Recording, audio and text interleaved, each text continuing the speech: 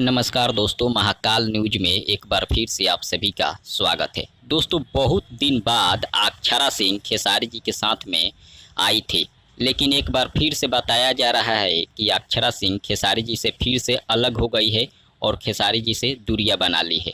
और इस बात में कितना सच्चाई है आज इस वीडियो में बताएंगे। वीडियो को पूरा देखिएगा, लेकिन उससे पहले आप सभी से एक छोटा सा अपील है कि अगर आप हमारे चैनल पर पहली बार आए हैं तो चैनल को सब्सक्राइब कर बेल आइकन को दबा दीजिएगा, साथ ही वीडियो को लाइक करके शेयर कर दीजिएगा। चलिए शुरू करते हैं बिना देरी के। दोस्तों, आप सभी को बता दें, आजकल सोशल मीडिया का ज़माना है और सोशल मीडिया पर जो मन में आता है वही लोग बक देते हैं। एक बार फिर से बताया जा रहा है कि अक्षरा सिंह खेसारी लाल यादव को छोड़कर चली गई है, खेसारी जी से जोड़ी तोड़ दी है।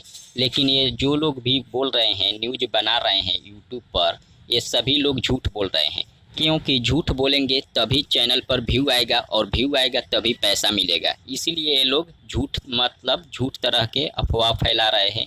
आप सभी लोग ध्यान मत दीजिए। अक्षरा सिंह का जो गाना आने वाला है खेसारी जी के साथ में, वह गाना जरूर आएगा। आप सभी लोग तैयार रहिए, बस इंतजार करिए कुछ दिन का।